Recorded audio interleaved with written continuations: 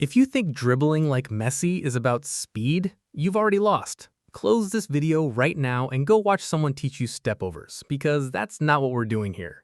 Elite defenders look like they're moving in slow motion, and by the end of this, you'll understand why the greatest dribbler of all time barely even touches the ball when he beats you. Let's begin. There's a concept Messi lives by that no one talks about, and I call it magnetic separation. It sounds complicated, but here's the truth. Most players dribble by pushing the ball away from their body than chasing it. Messi does the opposite. He keeps the ball so close that it looks like it's attached to his foot by an invisible string. And the moment a defender commits, he doesn't accelerate past them, he lets them accelerate past him.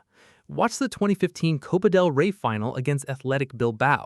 Messi picks up the ball near the halfway line, and as he glides forward, his touches are so soft, so frequent, that the ball never leaves a 6-inch radius from his foot.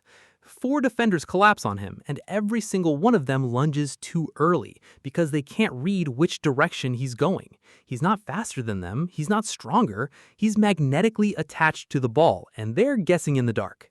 The physics here are simple. The tighter your control, the later a defender has to commit. And the later they commit, the easier it is to exploit the half second they're off balance. When you dribble, the ball is either your enemy or your shadow. Make it your shadow. Now here's where it gets interesting, because once you master that closeness, world-class defenders fall for it every single time. The pause virus is a micro-hesitation, a fraction of a second where Messi stops moving forward, and in that instant, the defender's brain short-circuits. Think about the 2011 Champions League semifinal. Expecting Messi to slow down or pass, but Messi doesn't pass. He explodes into the space the defender just vacated, cuts inside, and buries it past Casillas. The psychological warfare here is surgical. Every defender is trained to react to movement, so when you stop, their system crashes. They either freeze or overcompensate, and both are fatal. The trick is this. Your pause has to feel like a mistake, like you've lost control for just a heartbeat, and the moment they believe it, you own them.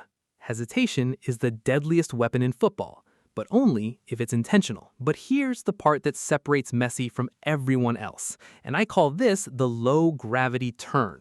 You've seen it 1,000 times. Messi receives the ball with his back to goal, a defender pressing tight, and in one motion, he spins away and suddenly he's facing forward with 3 yards of space. How? Because Messi doesn't turn with his upper body first like most players do. He pivots on the ball of his foot, keeps his center of gravity so low that his hips rotate faster than his shoulders, and by the time the defender realizes he's turned, it's already too late. Watch the 2015 match against Real Batus where he scores that chip. He receives the ball just outside the box, a defender breathing down his neck, and he executes a turn so smooth, so low to the ground, that the defender is still facing the wrong direction when Messi is already taking his shot. The biomechanics here are simple. When you dribble, don't stand tall, sink into your knees, feel the ground beneath you, and rotate like you're slipping through water. Gravity is not your enemy, it's your anchor. And once you've turned, once you've created that pocket of space, you activate what I call the exit angle. Most players dribble in straight lines or predictable arcs, which is why they get tackled. Messi dribbles in broken geometry. He'll take 2 touches to the right, 1 sharp cut to the left, then another touch back to the right, and suddenly he's not where you thought he was. The defender is lunging at ghosts. Against Bayern Munich in 2015, Messi picks up the ball near the corner of the box, and in 4 touches, he weaves past Boateng using 3 different angles. None of them natural, none of them expected. Boateng ends up on the ground not because Messi humiliated him with a skill move, but because his brain couldn't process the math fast enough. The physics here are about angles and timing. Every touch should open a new lane, and the moment a defender commits to closing one lane, you're already moving into another. Think of dribbling like a chess game, where every touch is a move and your opponent is always 2 moves behind. When you dribble, don't ask yourself where you want to go, ask yourself where your defender thinks you're going, then go somewhere else.